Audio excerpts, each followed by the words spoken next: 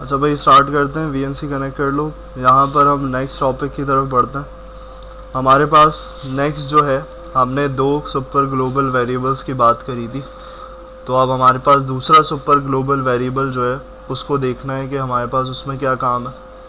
तो मैं यहाँ पर आ जाता हूँ, जो हमारे पास जिस पे हम काम कर रहे थे, जो हमारा फोल्डर था htdocs का, उसको ओपन कर लेते हैं सबसे पहले, और साथ साथ जैम भी ओपन कर लेते हैं।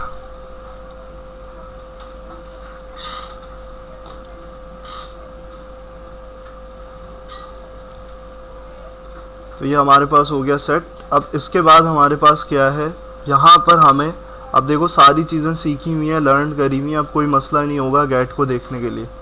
तो गेट में कोई ज़्यादा डिफरेंस नहीं है। गेट कुछ अलग तरीक़ों से इस्तेमाल होता है, कुछ आगे प्रोजेक्ट में दूसरी चीज़ों के लिए इस्तेमाल होगा। पोस्ट हमने समझ लिया था किस लिए इस्तेमाल हो रहा है, अब गेट को भी देखना है। गेट का करने का तरीका वही है। अब इसको समझाने में यहाँ पर देर नहीं लगेगी, क्योंकि सब चीज़ें एग्जैक्टली सेम वही हैं। वही फॉर्म है, वही एक्शन है, वही मेथड है। सिर्फ यहाँ पर मेथड का तरीका क्या होगा, अब हम पोस्ट की जगह क्या करेंगे, अब हम गेट को इस्तेमाल करेंगे। तो सब जगह तुम्हारे पास गेट की रिप्लेसमेंट होने वाली है। सही, बाकी फॉर्म वही है, उसी स्टेट पे चल रहा है। तो यहाँ पर मैं क्या करता हूँ, यहाँ पर जो रिक्वायर्ड हमारे पास लगा हुआ था वो लगा दिया।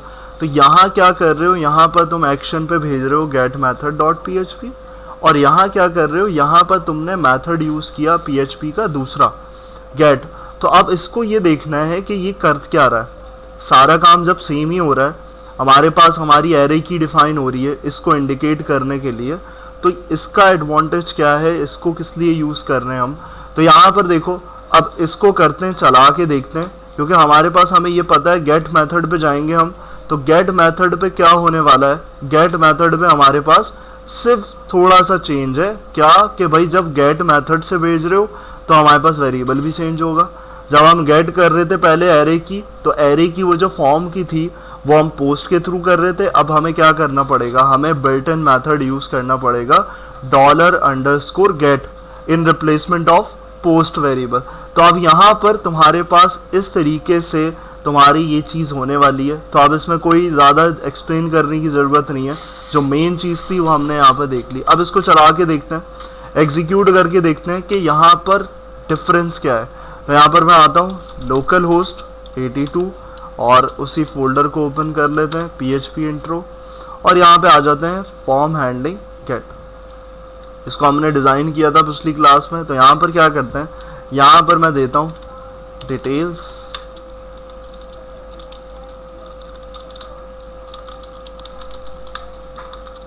सही। तो यहाँ पर हमारे पास इस तरीके से हुआ। अब हमें एक चीज़ देखनी है कि ये जाएगा फाइल पे कौन सी, गेट मैथड डॉट php, क्योंकि हमने एक्शन में डिफाइन किया। तो अब यहाँ पे देखो, यहाँ पे हुआ क्या, वही चीज़ हो रही है। टेबल डिज़ाइन किया था हमने, सब चीज़ें वही करी थी, लेकिन ऊपर URL में कुछ चेंज नज़र आ रहा है। हमें ये चीज़ नोट करनी है कि पोस्ट जब हम कर रहे थे तो हमारे पास पोस्ट के अंदर हमारा एक्शन जब जा रहा था, तो यहाँ पे हमारे पास ऐसे नहीं आ रही थी चीज़ें। तो यहाँ पर किस तरीके से आ रही है, यहाँ पर देखो एक एक इन्फॉर्मेशन लेकर दे रहा है तुम्हें, तुम्हारी एरे की, कौन सी एरे की, तुम्हारी एरे की जो होती है यहाँ पर प्रेजेंट, जिससे तुम यहाँ कॉल कर रहे हो, और जो तुमने कहाँ डिफाइन करी है, जो तुमने अपने इनपुट बॉक्स में डिफाइन करी हुई है। तो वो क्या कर रहा है कि भाई तुमने वैल्यू डाली है, तो वो तुमने यूज़र नेम के अंदर ये वाली वैल्यू डाली थी, ईमेल के अंदर ये वाली वैल्यू डाली थी, पासवर्ड के अंदर ये था, और इसकी वैल्यू तो डिफ़ॉल्ट है। तो इसकी वैल्यू क्या शो कर रहा है, इसकी बटन की वैल्यू जो शो कर रहा है वो तुम्हारे पास क्या कर रहा है, रजिस्टर्ड। तो ये तुम्हारे पास, अब इसमें क्वेश्चन ही आता है कि पोस्ट में ये चीज़ नहीं आ रही थी। अगर हम पोस्ट में दोबारा करके देखें तो हमें क्या करना पड़ेगा, हमें एक चीज़ चेंज करनी पड़ेगी, ताकि तुम्हें रिमाइंड कर जाओ तुम कि हमारे पास था क्या असल में। तो यहाँ पर आता हूँ मैं, और इसके अंदर post method dot php, form handling हमारे पास जो था पोस्टिंग का, उसको यहाँ पर क्या करते हैं, उसको एक्शन देते हैं, और एक्शन में हमारे पास था पोस्ट मैथड डॉट php, इस एक्शन पे जा रहा था। तो हम यहाँ पर इसको ओपन करते हैं, लोकल होस्ट php इंट्रो, और यहाँ से इस वाले फॉर्म को ओपन करते हैं। तो अब यहाँ पर हमारे पास ये वाली डिटेल हमने फिल करी और इसको किया, तो अब क्या हुआ, देखो दोनों चीज़ों में सेम हो रहा है काम, सारी चीज़ें सेम हो रही हैं, लेकिन डिफरेंस क्या है, डिफरेंस एक है, यहाँ यूआरएल पे वैल्यूज़ नहीं आ रही। तो पोस्ट जब यूज़ करोगे तो तुम्हारे पास यूआरएल पे वैल्यूज़ गेट नहीं होंगी, लेकिन अगर गेट का मेथड इस्तेमाल करोगे तो तुम्हारे पास यहाँ पर यूआरएल पे वैल्यूज़ आएंगी। अब सवाल आता है कि why we used get method और किस पर्सपेक्टिव के लिए ये यूज़ किया जाएगा। तो ये सिर्फ थोड़ी सी चीज़ों के लिए यूज़ किया जा सकता है। किस चीज़ के लिए, कि अगर तुम एग्जाम्पल लो कि एक इनपुट बॉक्स को क्या करना है, अगर एक सर्च बार बनाना है, डायनामिकली सर्च बार, तो सर्च बार की वैल्यू गेट कहाँ से होती है, यूआरएल से होती है। तो हम ये कह सकते हैं कि हमारे पास गेट का मेथड जो है वो सर्च के लिए यूज़ किया जाता है पीएचपी में स्पेसिफिकली। तो ये तुम्हारे पास पता चल गया कि ऐसा नहीं है कि हम गेट यूज़ करेंगे, हम गेट हरगिज़ यूज़ नहीं करेंगे नॉर्मल चीज़ों के लिए, हम पोस्ट पे जाएंगे क्योंकि वहाँ पर डेटा हमारे पास यूआरएल पे नहीं आ रहा। लेकिन सर्च के लिए हमारे पास एक इनपुट बॉक्स में अगर कोई वैल्यू डालता है तो वो वैल्यू क्या हो जाएगी, वो वैल्यू यूआरएल पे चली जाएगी। और उससे होगा क्या कि मैं उस यूआरएल की वैल्यू को क्या कर सकता हूँ, गेट कर सकता हूँ विद द हेल्प ऑफ, कैसे गेट कर सकता हूँ माविया, यूआरएल पे किसी ने सर्च किया इनपुट बॉक्स, यही हो रहा है ना, मिसाल के तौर पर इसको सर्च समझ लो, किसी ने क्या किया, हसनैन सर्च किया और यहाँ पर एंटर कर दिया, ये सर्च का बटन है, सर्च कर दिया, तो क्या होगा कि मेरे पास यहाँ पे आ जाएगा विथ एरे की, यहाँ पे एरे की आ जाएगी और उसकी वैल्यू आ जाएगी। पोस्ट में ऐसा नहीं हो रहा, तो मुझे कैसे गेट होगी ऊपर से, कैसे गेट, अभी देखा है काम, कैसे गेट होगी ऊपर से, और नीचे गेट भी हो रहा है, हसनैन भी आ रहा है, हसनैन 1 2 3 भी आ रहा है, ईमेल भी आ रही है, आ तो रही है, कैसे आ रही है, पिछली क्लास में भी तो यही काम किया था हमने टेबल के अंदर। भाई अब्दुल कलीम कैसे आ रही है, किसके थ्रू आ रही है, पेज पे जो आ रही है वाला डेटाबेस, एम्बेडिंग नहीं, एम्बेडिंग तो दूसरा, गेट वेरिएबल से, मेथड नहीं, वो सुपर ग्लोबल वेरिएबल कहलाएगा, वो जो हमारे पास यहाँ पे मौजूद है। भाई वैल्यू गेट ऐसी तो हो रही है, कोई फॉर्म की वैल्यू लेकर आ रहे हो तो वो तो पोस्ट की ऐसे हो रही है ना, सिर्फ चेंज क्या हुआ है, ज़रा से ही तो चेंज हुआ है कि ये जो गेट है ये यूआरएल पे भी पास कर रहा है, वहाँ पोस्ट में सिर्फ डायरेक्टली गेट कर रहे थे तुम, तो ये यूआरएल पे एक्स्ट्रा पास कर रहा है वैल्यू। हाँ और गेट, हाँ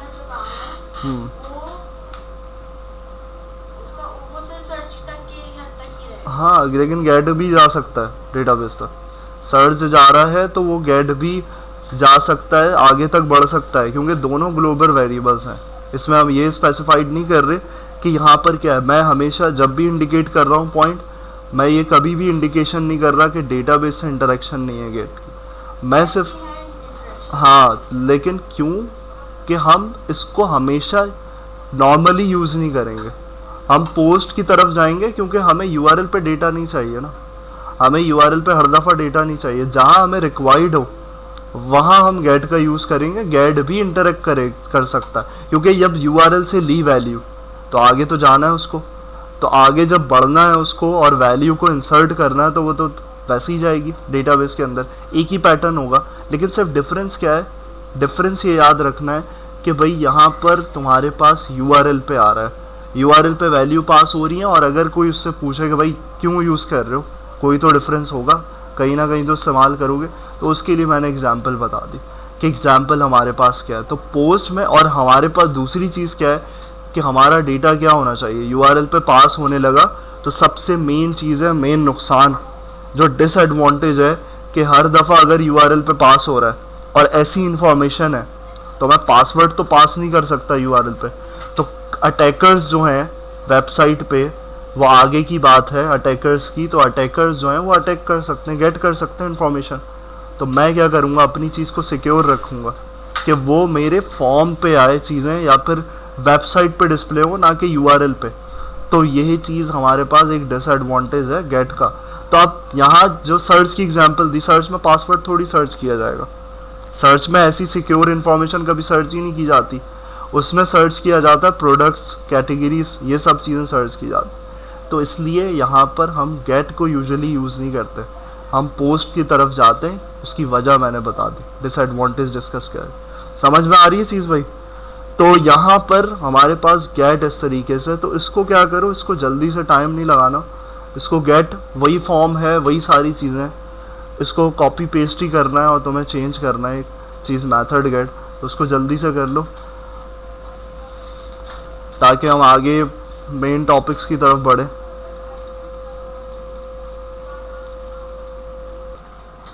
अच्छा भाई, अब देखो, अब हमें मेन चीज़, हमने जो मेन था हमारा काम कि डेटाबेस के पर्सपेक्टिव से हमने वो देख लिया कि हम किस तरीके से डेटा को मैनिपुलेट करके लेकर जाएंगे। अब हम स्टार्ट करते हैं जो हमारा मेन काम है कि how we interact with the database, हमें कैसे इंटरेक्ट करना है डेटाबेस के साथ, जो हम यहाँ प्रोजेक्ट बनाएंगे वो कैसे होगा कनेक्टेड।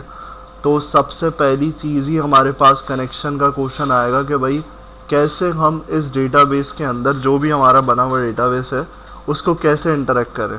तो सबसे पहले मैं क्या करता हूँ, मेरे पास एक डेटाबेस रखा हुआ है फॉर अ सैम्पल, वो क्या करता हूँ मैं यहाँ से उसको करवा लेता हूँ यहाँ इंपोर्ट। अब तुम्हारे पास जो भी डेटाबेस है उसमें बनाने में टाइम ज़ाया नहीं करना, पुराना जो भी टेबल हो उसके ऊपर इम्प्लीमेंटेशन करना, क्योंकि टाइम तुम्हारा ऐसे ही इसमें लग रहा है, वो अलग टाइम ज़ाया हो। तो टाइम जितना बच रहा है वैसे बचाओ। यहाँ पे देखो, यहाँ मेरे पास स्कूल की एक फ़ाइल रखी हुई है SQL की, तो इसी को क्या करूँगा मैं इंपोर्ट करवाऊँगा।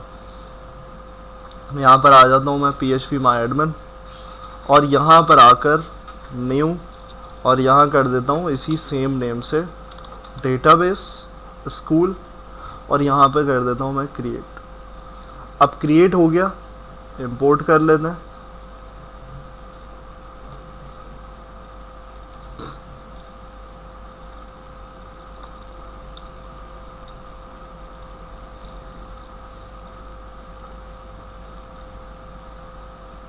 ये हमारे पास हो गया डेटाबेस इंपोर्ट। अब हम इस डेटाबेस को टारगेट करेंगे और सबसे पहली चीज़ जो स्टार्ट होती है कहानी तुम्हारी PHP के अंदर, वो करेंगे हम CRUD ऑपरेशन। तो हमें यहाँ से बेसिक लेवल से स्टार्ट करना है कि हमने जो MySQL के अंदर CRUD ऑपरेशन किए थे, अब उसको करना है हमने dynamic with the programming language PHP से। तो अब इसके लिए सबसे पहला सवाल कि भाई यहाँ पर सबसे पहली चीज़ क्या करनी होगी, तो सबसे पहले हमें कनेक्शन बिल्ड करना पड़ेगा। कनेक्शन बिल्ड करने का मकसद क्या है कि भाई जो हम वहाँ VS कोड पे काम करेंगे वो कैसे कनेक्ट होगा यहाँ पर, तो कोई ना कोई चीज़ होगी, कोई ना कोई पैटर्न होगा जिसके थ्रू हम क्या कर रहे होंगे, हम कनेक्शन बनाएंगे। तो सबसे पहली चीज़ यही है कि हमें इस डेटाबेस के साथ इंटरेक्ट करना है, और वो कैसे होगा इंटरेक्शन, वो होगा with the help of connection. तो अब कनेक्शन बनाने की बात आती है, तो सबसे पहले हमें क्या कराना पड़ेगा, हमें यहाँ पर CRUD का एक प्रोजेक्ट बनाते हैं।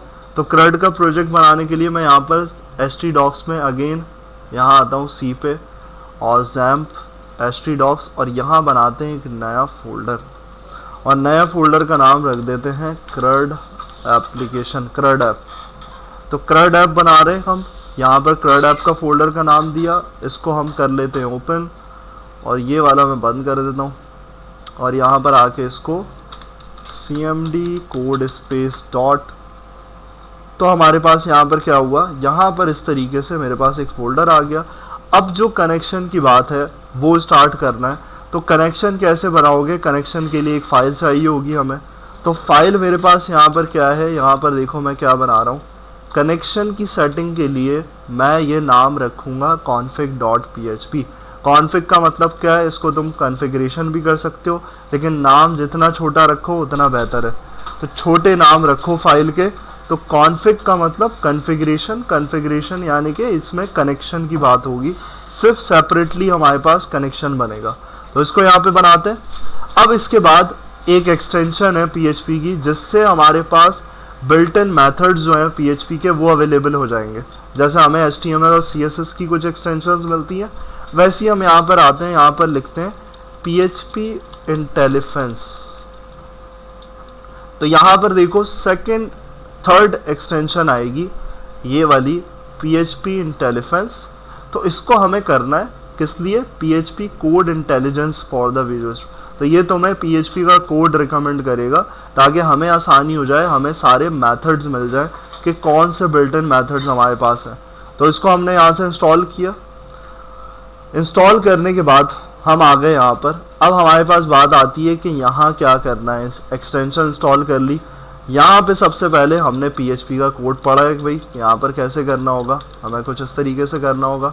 अब देखो इंटेलिजेंस किया है तो अब वो हर चीज़ पे एरर देगा कि हर कोई भी चीज़ गलत होगी वो यहाँ पर इंडिकेट करेगा। तो यहाँ पर क्या करना है, सबसे पहले कनेक्शन बनाने के लिए मैं क्या करूँगा, एक वेरिएबल बनाऊँगा। अब ये वेरिएबल कोई भी हो सकता है।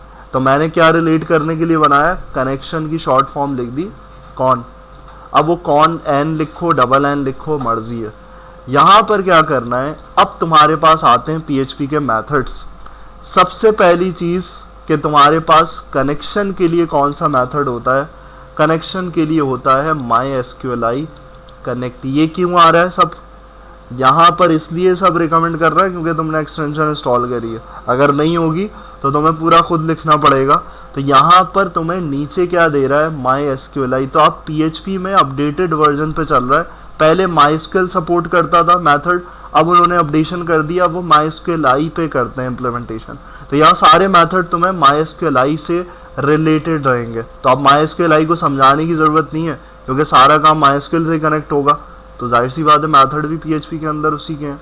तो यहाँ क्या करना है हमें, देखो यहाँ पर एक मेथड मिल रहा है MySQLi कनेक्ट। जैसे ही करोगे तो देखो यहाँ पर इसके अंदर क्या कर दिया, ये जो फंक्शन है, फंक्शन 4 पैरामीटर्स इसके अंदर मौजूद हैं। अब 4 पैरामीटर्स कौन से हैं इसके अंदर वो मेंशन कर रहा है। सबसे पहले होस्ट का नाम, फिर उसके बाद यूज़र का नेम, पासवर्ड और फिर उसके बाद डेटाबेस। तो हमें आर्गुमेंट्स पास करने होंगे। अब ये बेसिक इतनी स्ट्रॉन्ग है कि यहाँ हमें इतनी कोई मुश्किल नहीं होनी, ये सब हमें पता है। तो यहाँ पर क्या करना है, यहाँ पर 4 पैरामीटर्स हैं उसके और वो आर्गुमेंट्स मांग रहा है।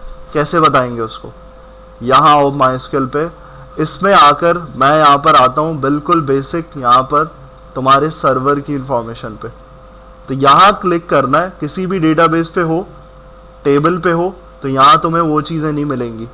यहाँ पे आओगे ऊपर टॉप पे सर्वर पे इंफॉर्मेशन रिट्रीव करने के लिए। सिर्फ जगह बता रहा हूँ, ये तुम्हें याद रहेगी, ये चीज़ के कभी चेंज नहीं होनी, सिर्फ बता रहा हूँ कि कहाँ से उठ रही है। तो यहाँ आओगे तुम्हारे पास एक इन्फॉर्मेशन आ रही है यूज़र अकाउंट्स की। यूज़र अकाउंट्स में आओगे तो तुम्हारे पास देखो वही सारी चीज़ें जो वो मांग रहा है। क्या है, user name, host name, password. तो हम कौन सा यूज़ करते हैं, जो हमारे पास होती है इन्फॉर्मेशन वो हम यूज़ करते हैं ये वाला। यूज़र नेम हमारे पास रूट होगा, host name local host, password no का मतलब है पासवर्ड खाली होगा, सही है। और डेटाबेस हमें पता है, डेटाबेस का नाम जो भी होगा वो डालेंगे। तो अब क्या करना है, सबसे पहले हमने क्या किया, हमें क्या बोल रहा था कि भाई यहाँ पर क्या करो, होस्ट नेम डालो। फिर उसके बाद यहाँ पर दूसरी चीज़ क्या बोल रहा है, शो कर रहा है ऊपर। तो ये सब एक्सटेंशन के थ्रू हो रहा है, ये सारा वैसे नहीं होगा। तो यहाँ पर यूज़र नेम क्या है, रूट, अभी देख के आए हम। फिर उसके बाद पासवर्ड वहाँ क्या देखा था हमने, नो। तो यहाँ नो नहीं लिखना, ब्लैंक छोड़ना है, खाली। खाली का मतलब ये भी नहीं है, ये स्पेस है, इसका मतलब है स्पेस। यहाँ पर ये करोगे तो ब्लैंक है। तो यहाँ पर ये कर लिया। आगे क्या बोल रहा है हमारे पास, यहाँ पर हमें कॉमा लगा के अगला आर्गुमेंट पास करना है डेटाबेस। तो वो तुम्हें हाईलाइट कर रहा है ब्लू पे जहाँ जा रहा है, इसका मतलब है अब वो मांग रहा है। तो आर्गुमेंट क्या पास करना है, मैंने अभी कौन सा डेटाबेस इंपोर्ट किया था, स्कूल के नेम का। तो ये तुम्हारे पास सबसे पहली चीज़ हो गई, ये मेथड तुम्हारा कनेक्टिविटी बिल्ड कर देगा। और ये कनेक्टिविटी कहाँ स्टोर कर दी, तुमने एक वेरिएबल के अंदर स्टोर कर दी है जिसका नाम तुमने रखा है कनेक्शन। तो वेरिएबल का काम अब तुम्हें रिलेट कर पाओगे कि तुम्हारा वेरिएबल कितना इंपॉर्टेंस रखता है और कैसे मैनिपुलेशन हो रही होती है। तो यहाँ सबसे पहली चीज़ हो गई। अब मुझे चेक करना है, मैं कोई एक स्टेटमेंट दूंगा जिससे इस फाइल में मुझे पता चल रहा है कि कनेक्शन सक्सेसफुली बिल्ड हो रहा है या फिर एरर आ रहा है। तो क्या आएगी, कोई अंदाज़ा है क्या करूँ मैं? इस स्टेटमेंट को प्रिंट करवाने के लिए किस चीज़ का इस्तेमाल करूँ जो हमने बेसिक में पढ़ी है? डॉक्यूमेंट और डाइट कहाँ से आ गया, जावास्क्रिप्ट है वो डॉक्यूमेंट। एको तो है, एको से हम कनेक्शन सक्सेसफुली बिल्ड लिख देंगे, लेकिन उसके लिए कुछ तो करना पड़ेगा। प्रिंट कैसे हो वो चीज़ बताओ भाई, दिमाग चलाओ। पिछली क्लास में भी मैंने क्वेश्चन किया था ऐसी इसी से रिलेटेड कुछ, पिछली क्लास के लेक्चर में दिमाग चलाओ कि क्या चीज़ मैंने पूछी थी। क्या थी भाई अब्दुल गनीम?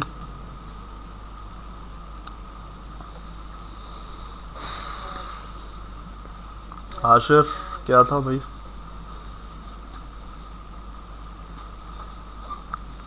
भाई कनेक्शन चेक करना है ना हमें, चेक करके स्टेटमेंट देनी है। तो चेक के लिए क्या करते हैं?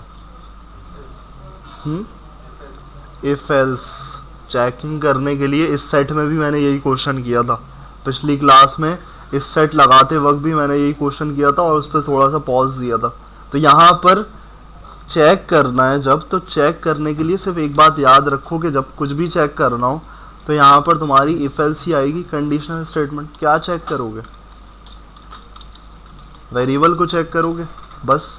वेरिएबल को किसी के बराबर रख के चेक नहीं करना। क्यों? क्योंकि वेरिएबल के अंदर खुद एक इन्फॉर्मेशन है, तो वो इन्फॉर्मेशन अगर ट्रू है, सही है, कनेक्टेड हो रहा है, तो मैं क्या करूं, मैं यहाँ पर आके एको करवा दूं कि भाई कनेक्शन या कनेक्टेड सक्सेसफुली।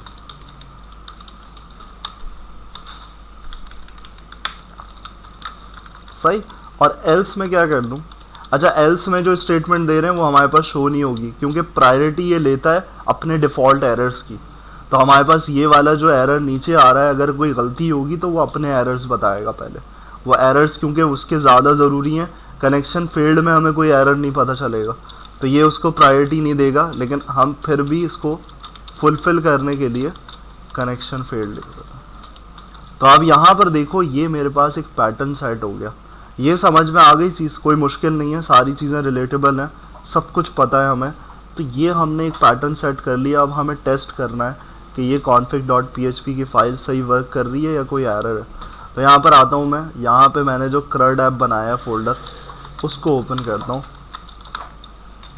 और इसमें मेरे पास एक config.php की फ़ाइल है, तो इसको ओपन करते हैं। तो यहाँ पर देखो क्या आ रहा है, यहाँ पे आ रहा है कनेक्टेड सक्सेसफुली। इसका मतलब है मेरी ये फाइल, मेरा ये प्रोजेक्ट कनेक्ट कर गया है किससे? यहाँ पर इस वाले लोकल होस्ट से। तो ये लोकल होस्ट से हमारे पास जो इन्फॉर्मेशन हमने ये फुल की है, ये जो फंक्शन है ये प्रॉपरली वर्क कर रहा है और ये सारी वैल्यूज़ प्रॉपरली हैं। लेकिन मैं क्या करूँ, ये डेटाबेस मेरे पास एग्जिस्ट नहीं कर रहा, तो मैं डेटाबेस के नाम में गलती कर रहा हूँ। तो अब क्या होगा? मैंने क्या चीज़ बताई थी, ये चीज़ नहीं चलेगी, प्रायोरिटी उसकी कुछ और होगी। प्रायोरिटी क्या होगी? प्रायोरिटी देखो क्या होगी, वो अपना बताएगा एरर, क्योंकि ये ज़्यादा ज़रूरी है। Uncaught MySQL SQL exception, exception दे रहा है, एरर दे रहा है, अननोन डेटाबेस स्कूल। अगर ऐसा डेटाबेस होगा तो कनेक्ट करेगा, वरना अदरवाइज नहीं कर सकता।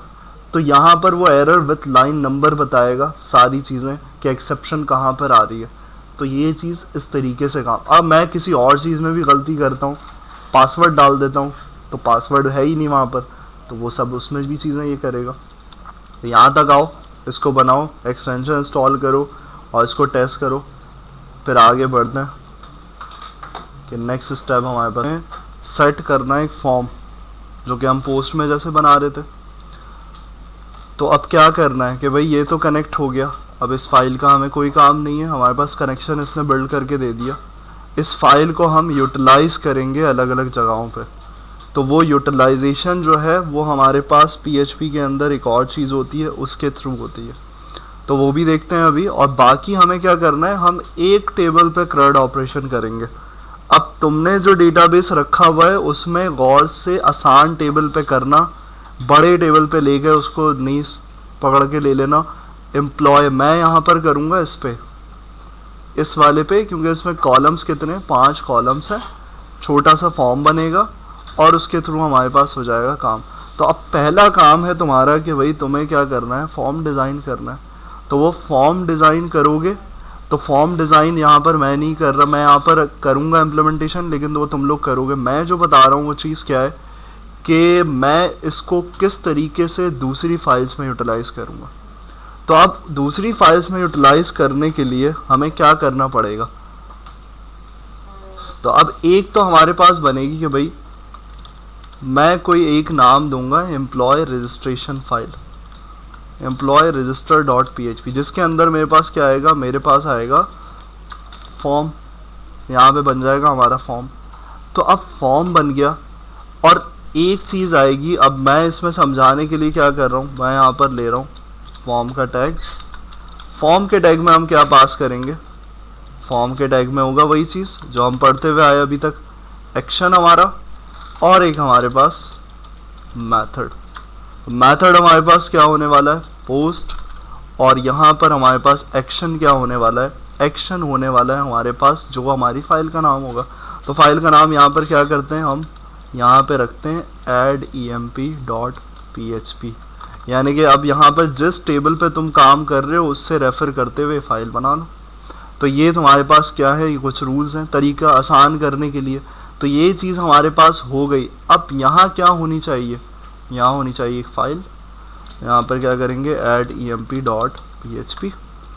अब मुझे यहाँ कनेक्शन की ज़रूरत नहीं है, यहाँ फॉर्म है, कनेक्शन की ज़रूरत इस वाली फाइल के अंदर होगी, क्योंकि सारा काम जो होगा इस फाइल के अंदर हो रहा होगा।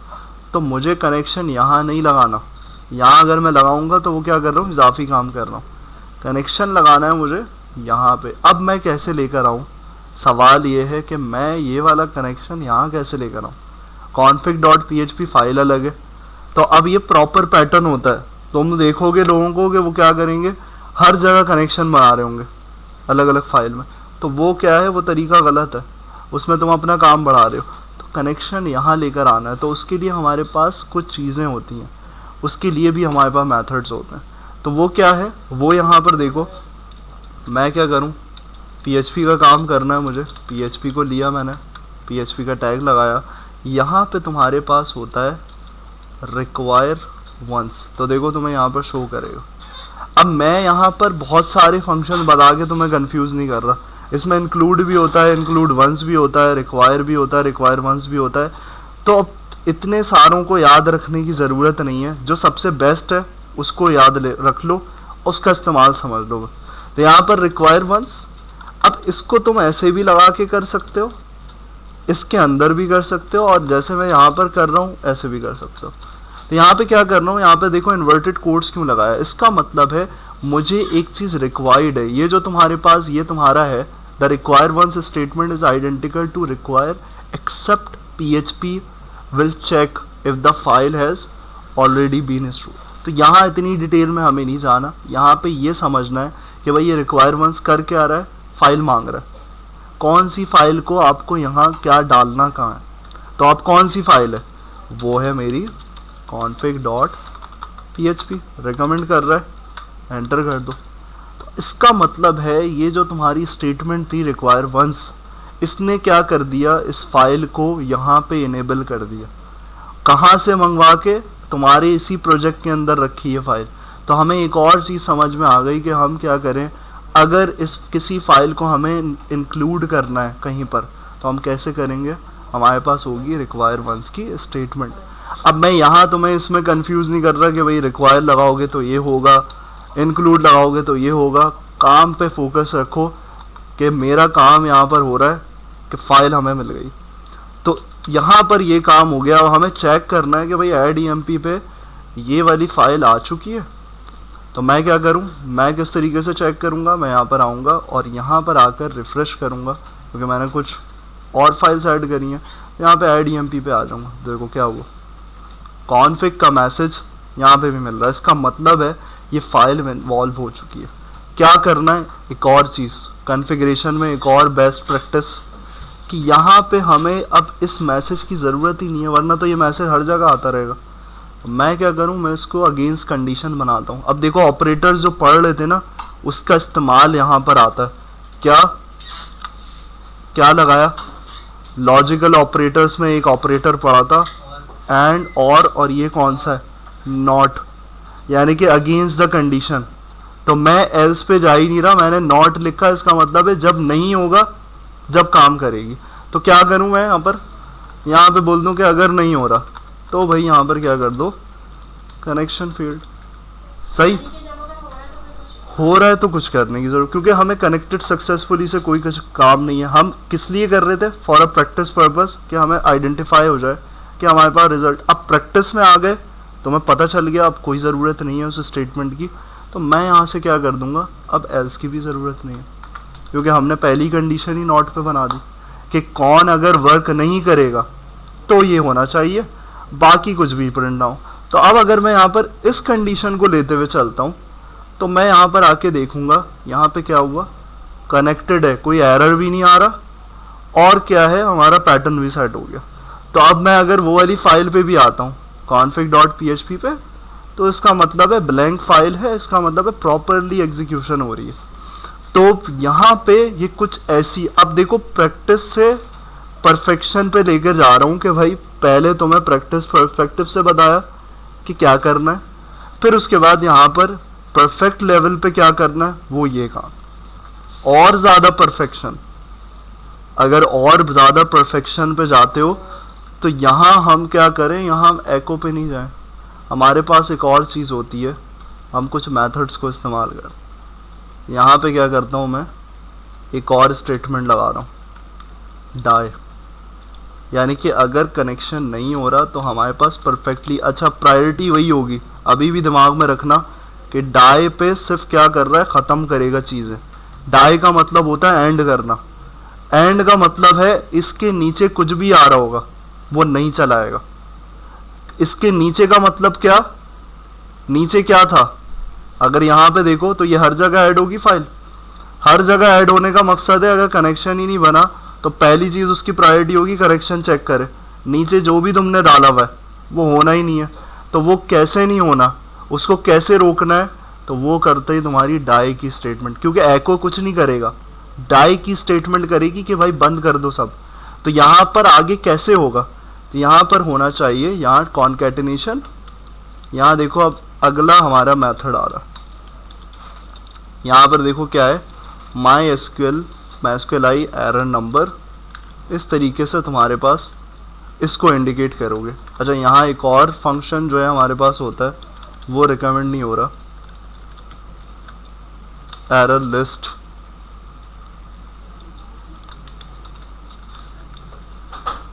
Okay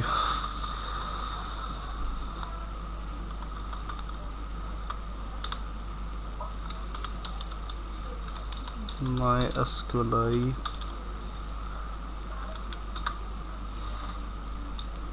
link identifier return by MySQLi error. चलो खैर कॉन्कैटिनेशन को, इसको डाई को यहाँ तक ही रखते हैं और इस पे आके चेक करते हैं। तब वो मेथड जो है वो यहाँ पर इंडिकेट नहीं हो रहा, वो मैं चेक करता हूँ उस पर क्या इशू है। तो यहाँ पर देखो, यहाँ पर हमारे पास config.php इस तरीके से हो रहा है। तो परफेक्ट लेवल का काम ये है कि डाई की स्टेटमेंट जब तुमने लगाई तो यहाँ पर तुम्हारे पास क्या है, इक्विवेलेंट टू एग्जिट, ऊपर मेंशन भी कर रहा है कि तुम्हारे पास तुम्हारा कोड जो है वो एग्जिट पे चला जाएगा। और एग्जिट कहाँ होगा, एग्जिट होगा जहाँ तुमने ये वाली फाइल रखी है, जहाँ तुमने इसको इंक्लूड करवाया, तो इंक्लूड करवाने पे तुम्हारे पास यहाँ पर ये वाली इम्प्लीमेंटेशन होगी। तो अब इसको जो तुम्हारे पास सेटअप है वो इसको कर लो, फाइल बना लो, ये वाली फर्स्ट फाइल ये है, इसके अंदर डिज़ाइन तुमने करना है, तुम बना के लेकर आओगे, इसको अपने पास रखो सर्वर पे, और फॉर्म डिज़ाइन हुआ होना चाहिए नेक्स्ट क्लास के अंदर, ताकि जब नेक्स्ट क्लास में आए तो हमें सिर्फ क्वेरी चलानी हो, क्वेरी पे इम्प्लीमेंटेशन करनी हो, फॉर्म डिज़ाइन यहाँ पे बैठ के नहीं करना। हाँ डेटाबेस, जो जिस डेटाबेस पे काम कर रहे हैं, मैंने क्या किया, मैंने यहाँ पर मैं बोल रहा हूँ कि मैं इसको टारगेट करूँगा। तो अगर आप भी यही चाह रहे हैं कि भाई इसी पे काम करें तो एग्जैक्टली ये डेटाबेस बना के लें, ये डेटाबेस, हाँ, ताकि मैच हो जाए। वो होता है कि प्रैक्टिस में क्या होता है, चेंज अगर हो जाती हैं चीज़ें तो वो कन्फ्यूजन हो जाती है। तो एग्जैक्टली इस चीज़ पे काम करना है तो इसी चीज़ को बना के उसी से रिलेटेड एक फॉर्म डिज़ाइन करके ले, अपने हाथ से फॉर्म डिज़ाइन करेंगे टेम्पलेट उठाने के बजाय, तो वो ज़्यादा अच्छे तरीके से बेस्ट होगा। तो वो डिज़ाइन करके एक फॉर्म, तो फिर यहाँ से हम क्या करेंगे, आगे फर्दर मूव ऑन करेंगे कि कैसे क्वेरी को करना है सर। सही, तो ये जो मैंने अभी और चीज़ें इंडिकेट करी हैं इसको करके रखें और इसको सर्वर पे रखें अपने पास। तो उसको भी यहाँ पर देख लो कि यहाँ पर हम कॉन्केटिनेशन करके यहाँ क्या कर रहे थे, हम यहाँ पे MySQL, तो मैं गलती ये कर रहा था, मैं डायरेक्ट एरर लिख रहा था। तो यहाँ पर कनेक्ट एरर है, ये मेथड है बिल्टन।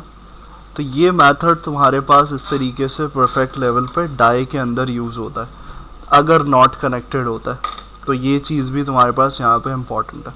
सही, MySQL कनेक्ट एरर जो है वो इस स्टेटमेंट के साथ कनेक्टिविटी बिल्ड करता है, यानी कि जब हम डाई स्टेटमेंट लगा रहे हैं जो एग्जिट करने के लिए, तो उसके अंदर हम क्या करते हैं, हम मेथड को कॉन्कैटिनेट करके रखते हैं।